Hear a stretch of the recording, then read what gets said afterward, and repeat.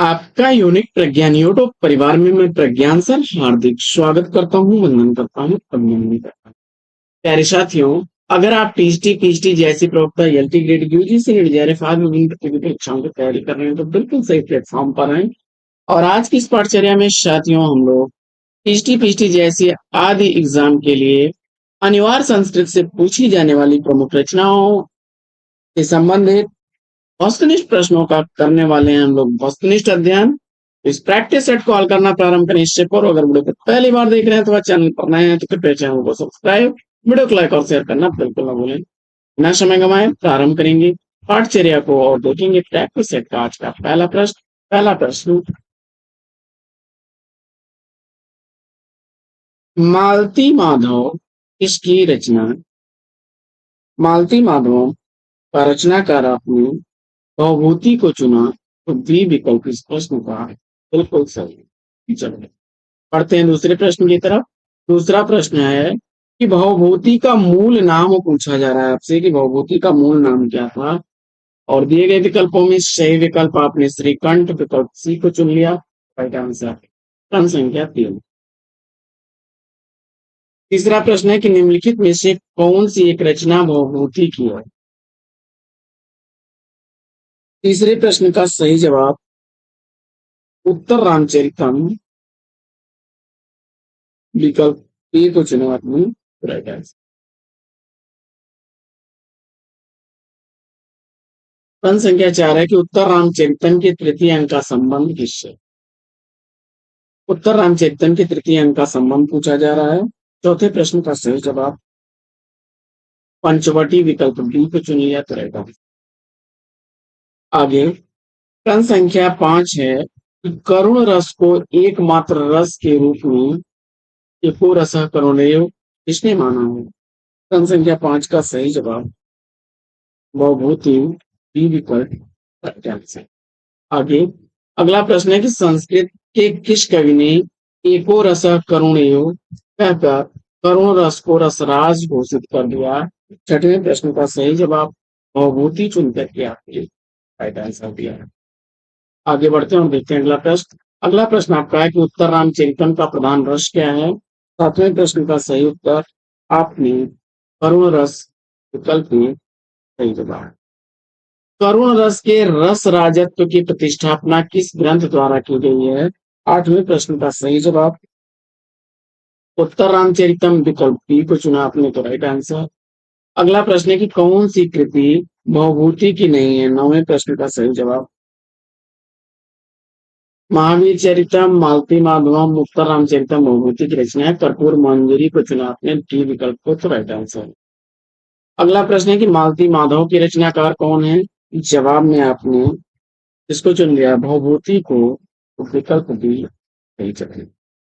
आगे बढ़ते हैं और देखते हैं अगला प्रश्न है कि किस कवि की वाणी नारिकेल फल के समान है? 11वें प्रश्न का सही उत्तर भारवी को चुना आपने विकल्प डी सही जगह। अगला प्रश्न है कि भारवी की माता का नाम क्या था? भारवी की माता का नाम विकल्प ए सुशीला चुनकर के सही जवाब दिया है। प्रश्न संख्या 13वां प्रश्न क्या कह रहा है कि इनमें से कौन सी रचना भारवी की है?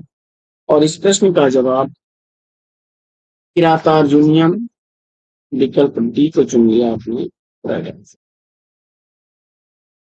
यह दंडी की रचना है। रघुवंशम अभिज्ञान शाकुंतलम उसकी है, कमेंट्स कर दीजिएगा। अगला प्रश्न है कि सासा विदधीत न क्रियाम इस सूक्त से युक्त रचना इसमें से कौन सी है? जवाब में किरातार्जुनीयम विकल्प बी को चुन लिया तो राइट आंसर। अगला प्रश्न है कि किरातार्जुनीयम के प्रत्येक स्वर का अंतिम पद पूछा जा रहा है। 15वें प्रश्न का सही जवाब लक्ष्मी विकल्प ए को चुन लिया आपने तो राइट आंसर।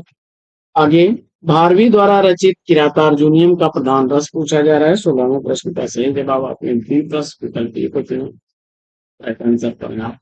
आगे निम्नलिखित में से कौन कवि अर्थ गौरव के लिए प्रसिद्ध है? और 17वें प्रश्न का सही जवाब भारवी को चुना आपने तो विकल्प में राइट आंसर। अगला प्रश्न है कि उपमा, पद लालित्य और अर्थ गौरव की दृष्टि से एक साथ तीनों गुणों से युक्त कौन सा संस्कृत कवि प्रसिद्ध है? प्रश्न संख्या 18 का सही जवाब विकल्प डी माघ को चुना। माघे संति त्रयोगुणा उपमा कालिदास हास्य भारवे अर्थ गौरव पद लालित्य दंडी माघे संति त्रयोगुणा। विकल्प डी को चुना तो राइट आंसर। माघे संति त्रयोगुणा के अनुसार माघ कवि में समाविष्ट तीनों गुण किन कवियों में ही? तो क्रम संख्या 19 का सही जवाब उपमा कालिदास, अर्थ गौरव के लिए भारवी और पदलालित्य के लिए तंडु। विकल्प ए को चुन लिया।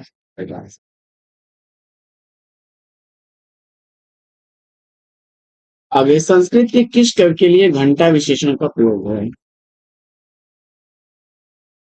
माघ को चुना आपने तो बी विकल्प सही जवाब। अगला प्रश्न है कि इनमें से कौन सी रचना माघ की है? क्रम संख्या 21 का सही जवाब शिषपाल वदन। विकल्प डी को चुन लिया तो राइट आंसर। अगला प्रश्न है कि 10 कुमार चरितम किसकी रचना है? और 22वां प्रश्न का सही उत्तर आपने विकल्प डी को चुन लिया दंडी को तो राइट आंसर है। आगे काव्य शोभा करान धर्मान अलंकारान प्रक्षते। अलंकार की यह परिभाषा किस आचार्य की? आचार्य दंडी उत्तर चुन करके राइट आंसर दिया आपने। अगला प्रश्न है कि दंडी निम्नलिखित में से किस प्रकार के आचार्य हैं? प्रश्न संख्या 24 का सही जवाब विकल्प ए को चुना आपने अलंकारवादी आचार्य तो राइट आंसर। अगला प्रश्न है कि संस्कृत काव्य में पद लालित के लिए किसकी प्रसिद्धि सर्वाधिक? जवाब में आपने सेलेक्ट कर लिया विकल्प डी आचार्य दंडी को राइट आंसर। अगला प्रश्न है कि इनमें से कौन सी रचना दंडी की है? जवाब में 10 कुमार चरितम। विकल्प ए को चुन लिया आपने तो राइट आंसर। आगे दंडी के काव्यशास्त्री ग्रंथ का नाम क्या है? और 27वें प्रश्न का सही जवाब काव्यादर्श। विकल्प सी को चुन लिया तो राइट। अगला प्रश्न है कि कला परिच्छेद के लेखक कौन है? और 28वें प्रश्न का राइट आंसर आचार्य दंडी। विकल्प सी को चुना तो राइट आंसर। अगला प्रश्न है कि श्रीहर्ष के पिता का नाम बताइए। और जवाब में विकल्प सी को चुना आपने से ही तो राइट आंसर। प्रश्न संख्या 30 है कि निम्नलिखित में से कौन सी रचना श्रीहर्ष की नहीं है? शिषपाल वदन। विकल्प ए को चुन लिया आपने तो राइट।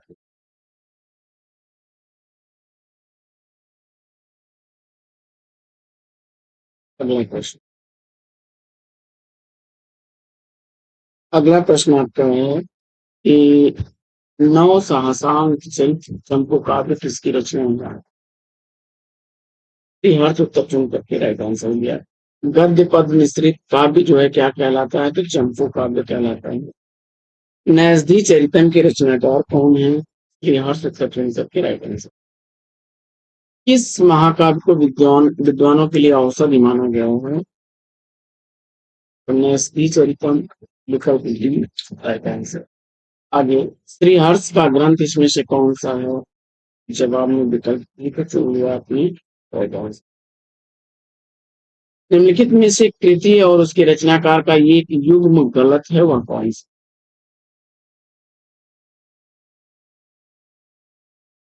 तो इसमें नौ शासंक जो है राजशेखर की रचना नहीं है।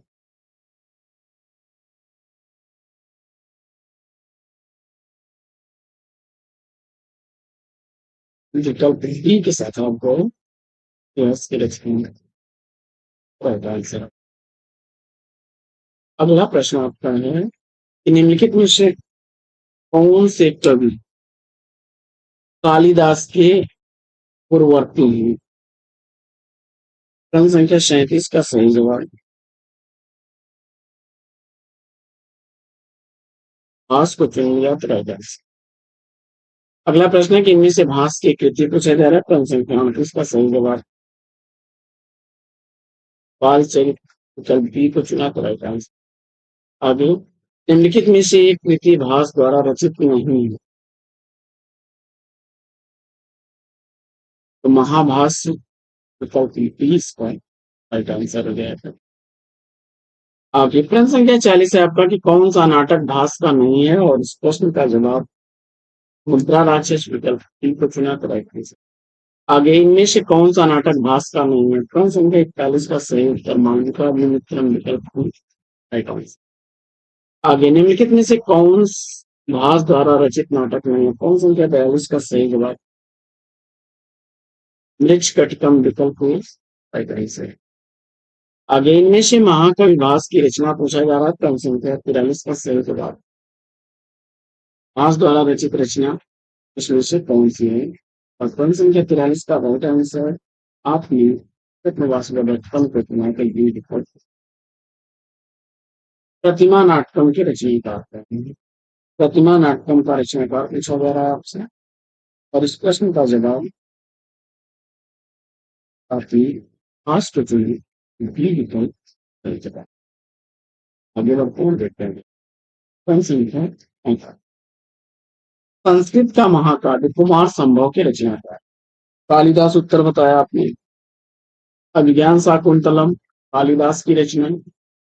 बृहत्त्रयी में कौन सा महाकाव्य नहीं आता, प्रश्न संख्या 47 का सही जवाब रघुवंशम विकल्प डी को चुना तो रहता है। अगला प्रश्न है कि निम्नलिखित में से कौन सी रचना लघुत्रयी में नहीं आती। देखिए किरातार्जुनीयम शिशुपाल वधम और नैष्ठिक चक्रम बृहत्त्रयी की रचनाओं में रघुवंशम आपका जो है लघुत्रयी की रचना है। इसी तरह से रघुवंशम कुमार संभवम और मेघदूतम लघुत्रयी की रचना है। फिर संहार इसका ये विकल्प राइट आंसर बन रहा है। अगला प्रश्न है कि कालिदास हजारा की रचना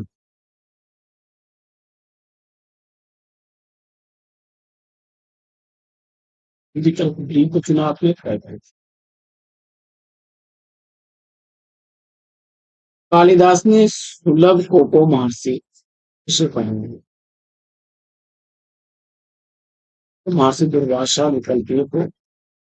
महाकवि कालिदास किस अलंकार के लिए प्रसिद्ध है, कौन का सही जवाब उपमा विकल्प ए। प्रश्न संख्या 52 है कि कालिदास की प्रथम काव्य कृति ऋतु संहार विकल्प डी। आगे रघुवंशम के रचनाकार कौन है, कालिदास उत्तर चुन करके राइट आंसर। कालिदास की रचना रघुवंशम क्या है, एक महाकाव्य है। रघुवंशम महाकाव्य में सर्गों की संख्या पूछा जा रहा है।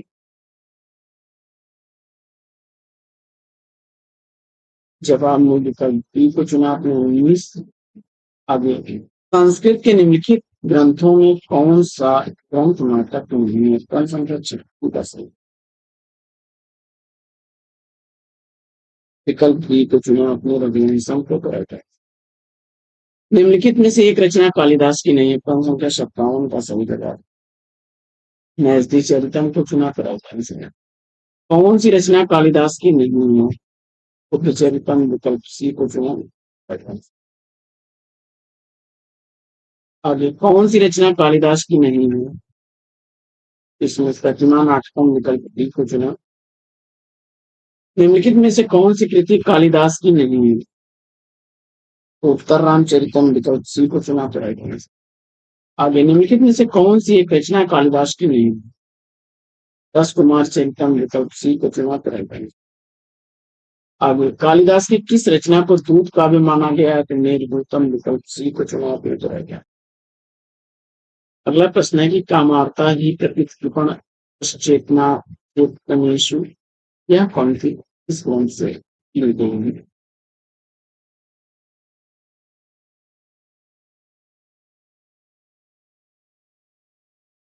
जवाब में आपने सिलेक्ट कर लिया है मेघदूतम राइट आंसर। अगला प्रश्न है कि मालविका अग्निमित्रम नाटक के लेखकों का नाम बताइए, 64 का सही जवाब आपने कालिदास के चुना तो राइट है।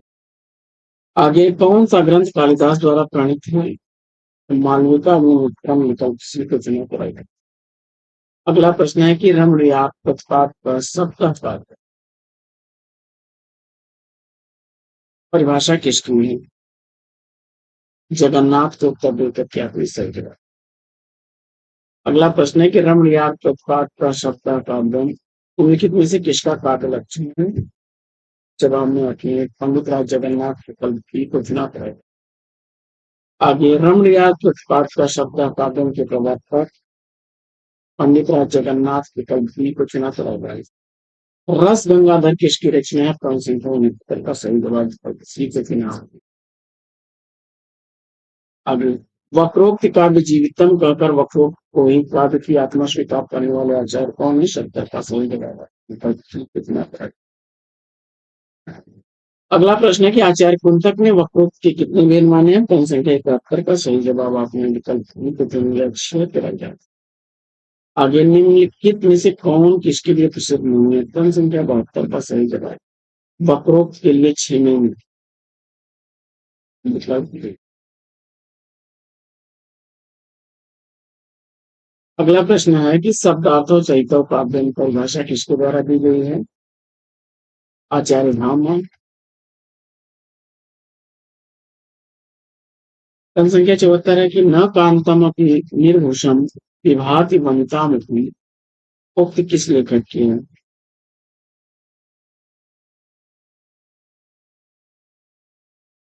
तो आचार्य ब्राह्मण राइट आंसर। अगला प्रश्न है कि अलंकार सिद्धांत के प्रवर्तक आचार्य ब्राह्मण विकल्प में रहता है। अलंकार संप्रदाय के प्रवर्तक आचार्य ब्राह्मण ये विकल्प होता है। निम्नलिखित में से किस आचार्य ने अलंकार और अलंकार्य में अभेद माना है? तो जवाब ये होगा विकल्प बी, आचार्य शुक्ल। अगला प्रश्न है आपका कि मृक्ष कटिकम के रचयिता कौन है? उत्तर इस रचना में पुत्तनियों का वर्णन है। जवाब हो जाएगा मृक्ष कटिकम। कादम्बरी के रचनाकार कौन है? बाणभट्ट।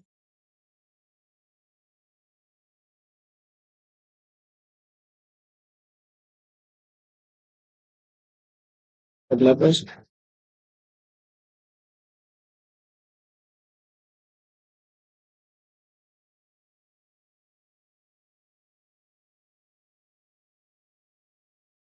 गीत गोविंद के रचयिता कौन है?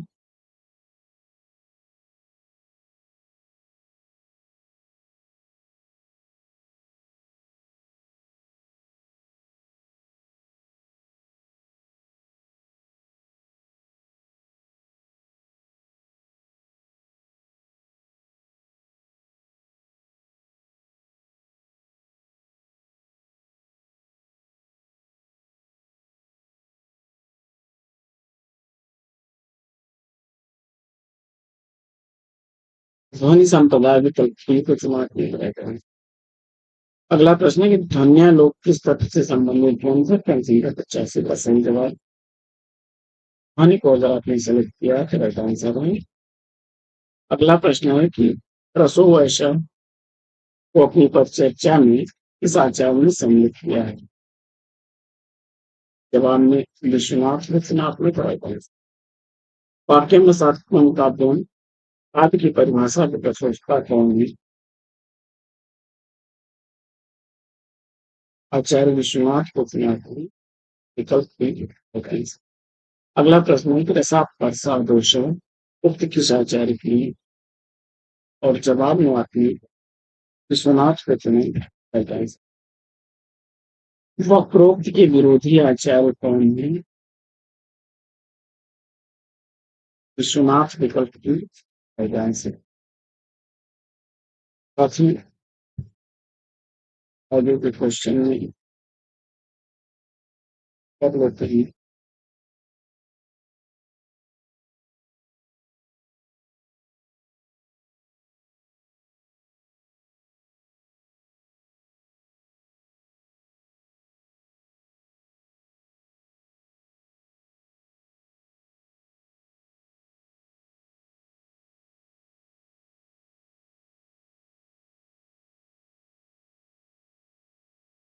भारतीय समीक्षा का जनक पूछा जा रहा है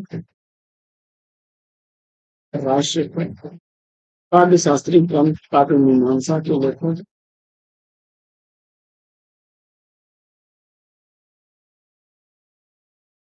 राजशेखर। अगला प्रश्न है कि निम्नलिखित रचनाओं में कौन सी रचना अधूरी है? काव्य मीमांसा विकल्प की। राजशेखर का नाटक इसमें से कौन सा है?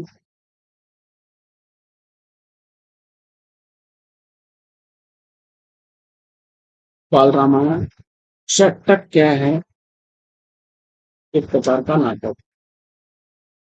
अगला प्रश्न है कि कर्तोषो शब्दार्थ सगुणा मनोलंकृति पुनर्वाद यह काव्य लक्षण किस आचार्य द्वारा निरूपित है? मोहम्मद विकल्प की रचना की है। काव्य प्रकाश की रचनाकार कौन है?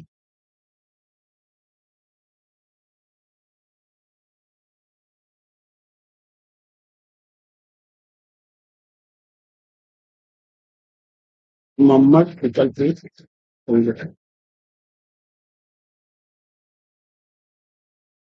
अर्थ विमल्यम प्रसादम।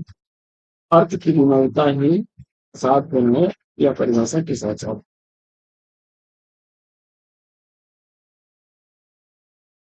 आचार्य ब्राह्मण। काव्य शोभाए कर्तारो धर्मांगिरा काव्य गुण के संदर्भ में यह कथन किस आचार्य का? जवाब हो जाएगा आचार्य ब्राह्मण का। अभी काव्य शोभाए कर्तारो धर्मांगिरा काव्य गुण का यह सूत्र इसके द्वारा लिखा गया है? आचार्य ब्राह्मण। काव्यम ग्राह्यम अलंकारा इसका कथन हुआ?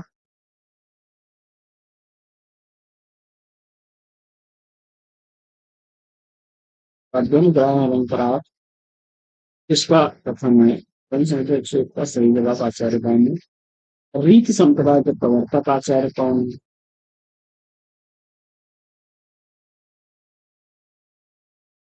आचार्य ब्राह्मण। रीति संप्रदाय से संबंधित काव्य शास्त्रीय ग्रंथ कौन सा है?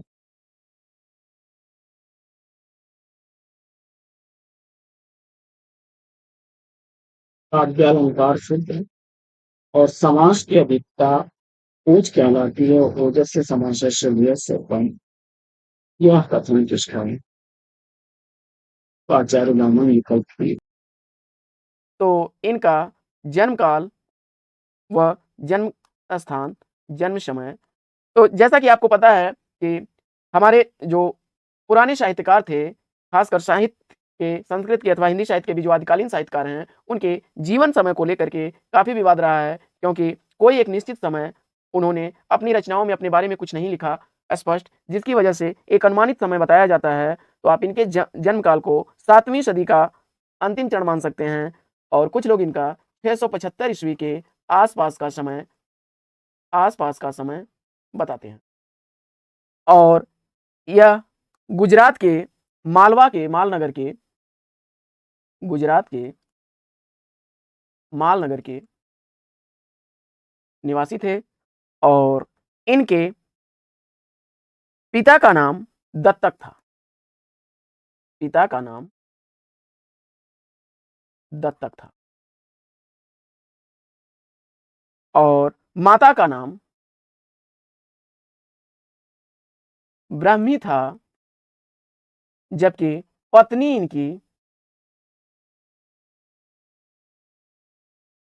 जो थी वह विद्यावती थी। और इनके संदर्भ में बलदेव उपाध्याय ने लिखा है बलदेव उपाध्याय ने लिखा है, क्या लिखा है कि अलंकृत महाकाव्य की अलंकृत महाकाव्य की यह आदर्श कल्पना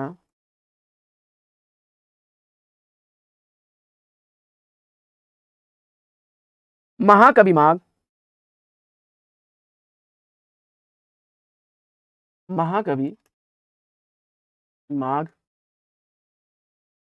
संस्कृत साहित्य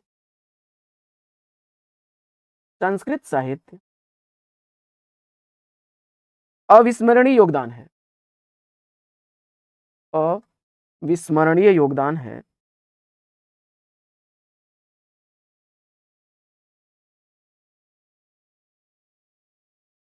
जिसका अनुसरण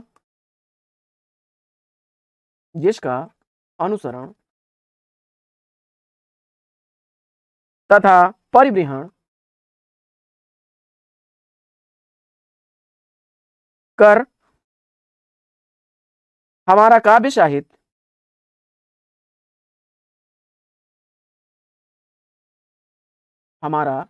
साहित्य समृद्ध, संपन्न तथा सुसंस्कृत हुआ है। समृद्ध, संपन्न तथा सुसमृद्ध हुआ है।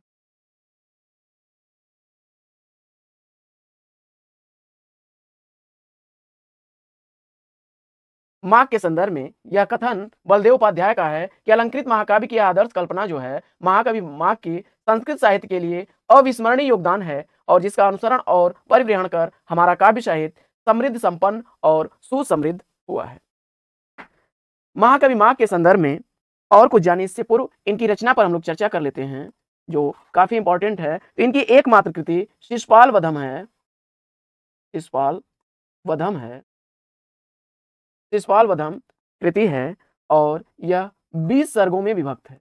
20 सर्गों में विभक्त रचना है और इसमें 1650 श्लोक हैं।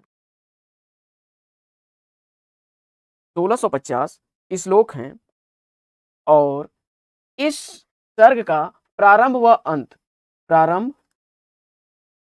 और अंत दोनों ही स्त्री शब्द से होता है, जबकि भारवी ने क्या किया था कि उन्होंने किरातार्जुनीयम का प्रारंभ स्त्री से किया था और अंत लक्ष्मी से किया था। स्त्री और लक्ष्मी से उनका आदि और अंत होता है, जबकि जो किरातार्जुनीयम के ही तर्ज पर यह रचना लिखी गई है और उसी को टक्कर देने के लिए माघ ने जो है यह रचना लिखी थी। तो इसका प्रारंभ और अंत दोनों ही स्त्री शब्दों से होता है और इसके जो नायक हैं, इस रचना के नायक श्री कृष्ण हैं और यह इसका उपजीव्य ग्रंथ जो है, उपजीव्य ग्रंथ अक्सर पूछा जाता है, तो याद रखिएगा आप लोग, वह महाभारत का सभा पर्व है। महाभारत का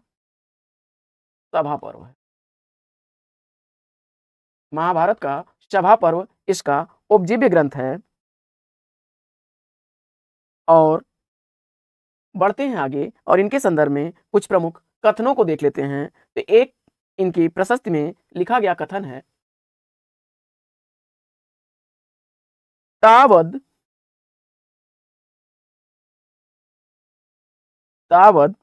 या भारवेर मारुति या वन्य माघस्य नोयदया। इसका अर्थ होता है, अर्थात भारवी यानी सूर्य का तेज, भारवी का तेज तब तक ही है जब तक कि माघ का उदय न हो। जैसा कि आप जानते हैं कि माघ मास में सूर्य का जो तेज होता है वह कम हो जाता है, उसी को लक्ष्य करके कहा गया है। और एक उक्ति इनके संदर्भ में और देखते हैं हम लोग। अगली उक्ति है कि काव्येषु माघ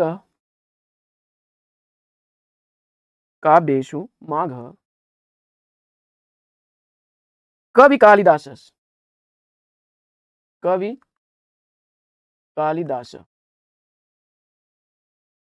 अर्थात इसका अर्थ होगा कि कवि की दृष्टि से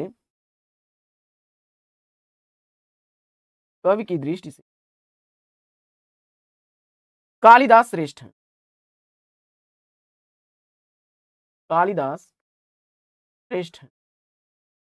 किंतु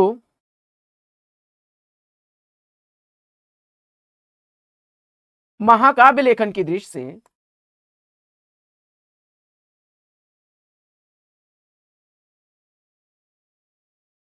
महाकाव्य लेखन की दृष्टि से माघ उत्कृष्ट है। माघ कवि जो है वह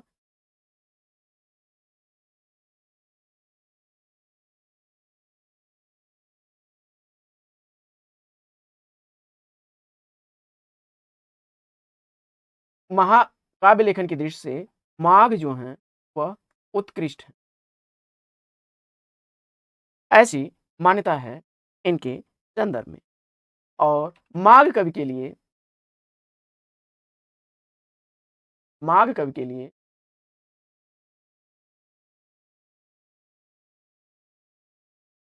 माघ कवि के लिए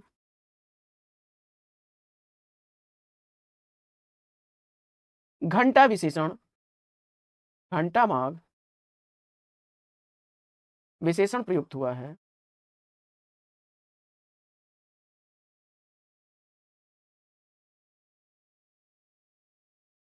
घंटा विशेषण के संदर्भ में ऐसा माना जाता है कि इन्होंने जो है सूर्योदय और चंद्रास्त को देख करके एक बड़े हाथी की कल्पना की थी और उसी कल्पना में इन्होंने दो विशालकाय लटकते हुए घंटों की बात कही और तभी से इनके लिए घंटा विशेषण प्रयुक्त होने। पढ़ते हैं आगे और इनके संदर्भ में एक और उक्ति ले लेते हैं। एक उक्ति है कि नौ सर्ग गते, नौ सर्ग गते माघे नौ शब्दों न जायते, माघे नौ शब्दों न जायते, अर्थात अगर माघ काव्य में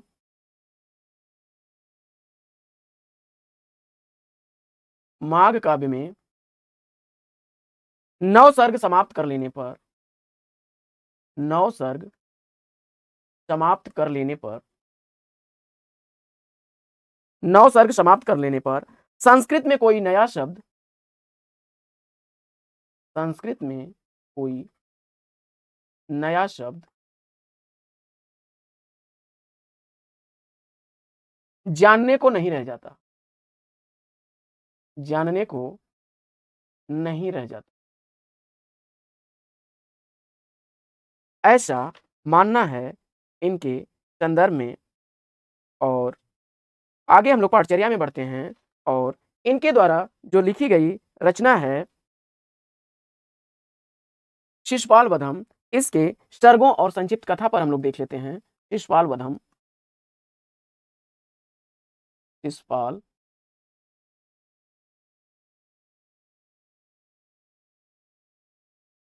वधम, शिशुपाल वधम,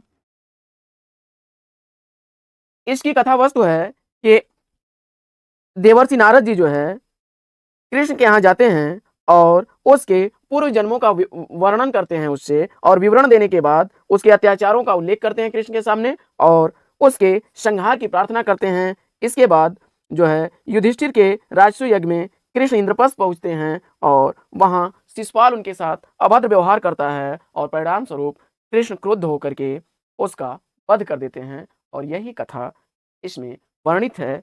और इसका पहला सर्ग जो है, सर्ग पहला जो है, इस सर्ग में नारद जी का आगमन होता है, नारद का आगमन है और शिशुपाल के पूर्व जन्म का लेखा जोखा कृष्ण के सामने, कृष्ण के सामने रखते हैं।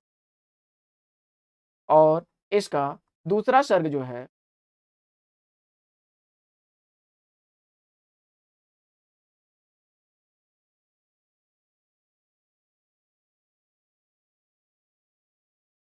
नारद का आगमन होता है। दूसरा सर्ग जो है, सर्ग दो, दूसरे सर्ग में जो है कृष्ण बलराम और उद्धव की, कृष्ण बलराम और उद्धव की गुप्त मंत्रणा होती है। इसके बाद सर्ग जो तीसरा है, इस सर्ग में कृष्ण इंद्रप्रस्थ जाते हैं। कृष्ण इंद्रप्रस्थ जाते हैं और वहां पर जो है द्वारिका और सेना समुद्र आदि का इसी सर्ग में वर्णन आपको देखने को मिलेगा।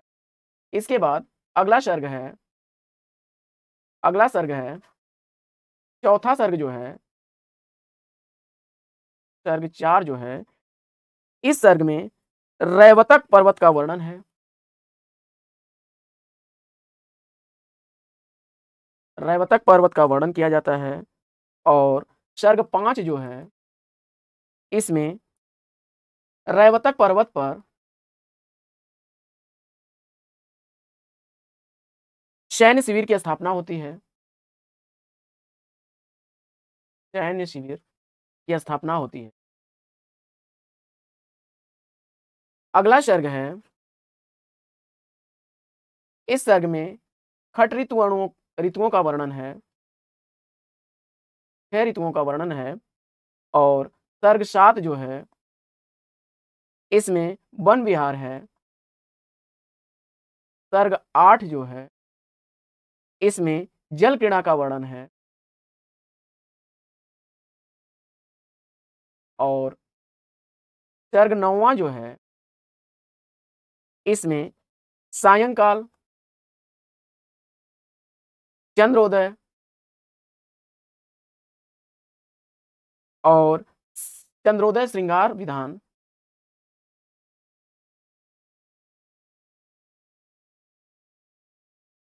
आदि का वर्णन है। इसके बाद सर्ग 10वां जो है, इसमें पान गोष्ठी वर्णन है तथा रात्रि क्रीड़ा का वर्णन है।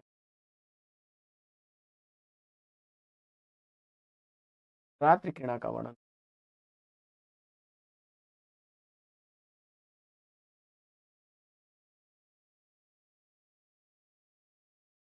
रात्रि क्रीड़ा का वर्णन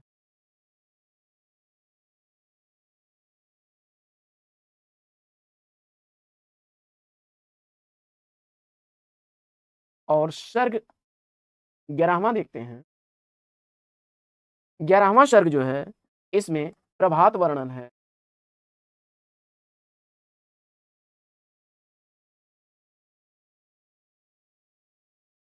सर्ग 12वां देखते हैं। 12वें सर्ग में यमुना नदी का वर्णन है। सर्ग 13 देखते हैं। 13वां सर्ग जो है, इसमें कृष्ण और पांडवों का मिलन है। कृष्ण और पांडवों का मिलन है। सर्ग जो 14 है, यह युधिष्ठिर द्वारा राजसूय यज्ञ जो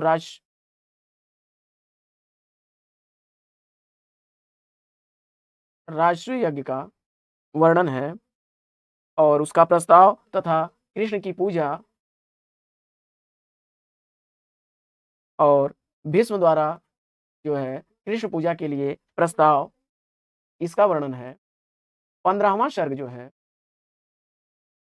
15वां सर्ग शिशुपाल का क्रुद्ध होना, शिशुपाल का क्रोध है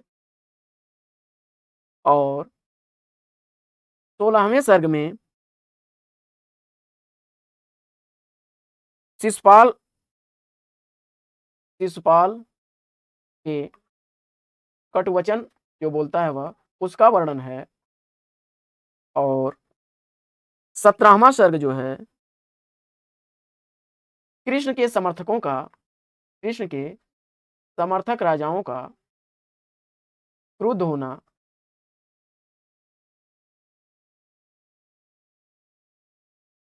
क्रुद्ध होना और सर्ग आपका 18वां जो है, सर्ग 18वां जो है, इस सर्ग में दोनों सेनाओं का आमना-सामना हो जाता है। दोनों पक्षों की सेनाओं का आमना सामना। और 18वां के बाद 19वां जो सर्ग है, इस सर्ग में चित्रालंकार युक्त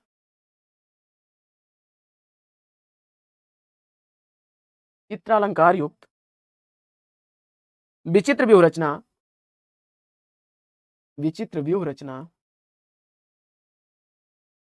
और युद्ध का वर्णन।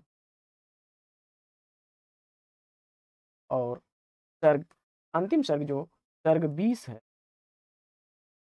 इस सर्ग में जो है कृष्ण और शिशुपाल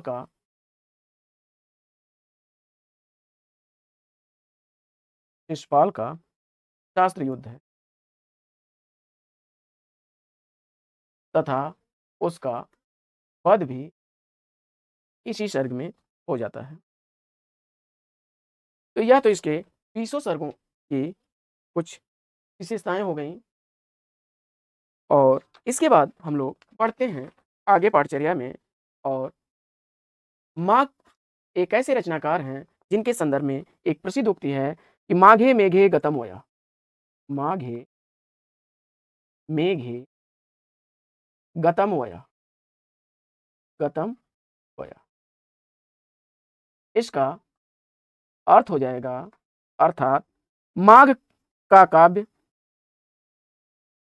काव्य का अध्ययन करने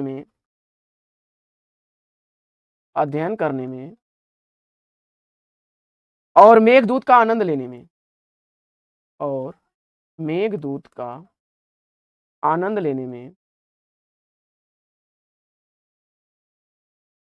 लेने में उम्र बीत गई।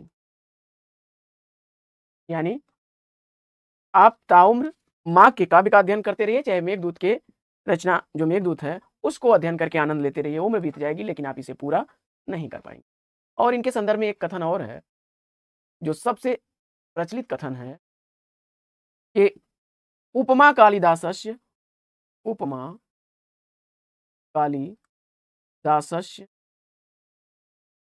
अभार्वे अर्थ गौरवम दंडिनः पदलालित्यम माघे सन्ति त्रयो गुणा, माघे सन्ति त्रयो गुणा। यानी उपमा के लिए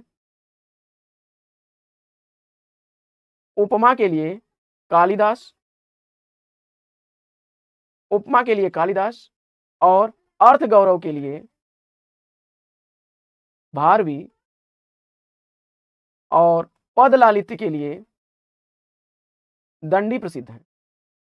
परंतु जिनमें ये तीनों गुण हैं, माघे संत्रि त्रयो गुणा में तीनों गुणों से युक्त जो हैं वह हैं माघ। तो साथियों, पाठचर्या कैसी लगी कमेंट्स करके जरूर बताइएगा। और आप अपने शंका समाधान या सुझाव भी हमें कमेंट्स कर सकते हैं। और वीडियो को लाइक करना, दोस्तों में शेयर करना बिल्कुल ना भूलें, क्योंकि आपके लाइक शेयर सब्सक्रिप्शन से हमको मिलेगा पुनर्बलन ऐसे ही वीडियोज प्रतिदिन लाने के लिए। और अगर आप चाहते हैं कि आपके लिए प्रतिदिन ऐसे ही वीडियोज आते रहें और यूनिक प्रज्ञान परिवार एक विस्तृत परिवार बने, तो इसके लिए आपको करना है वीडियो को ज्यादा से ज्यादा लाइक और शेयर। तो फिर मिलते हैं आपसे अगले वीडियो में, तब तक के लिए लेंगे आपसे विदा। आपका जीवन मंगलमय हो। बेस्ट विशेष, बेस्ट ऑफ लक। जय हिंद साथियों।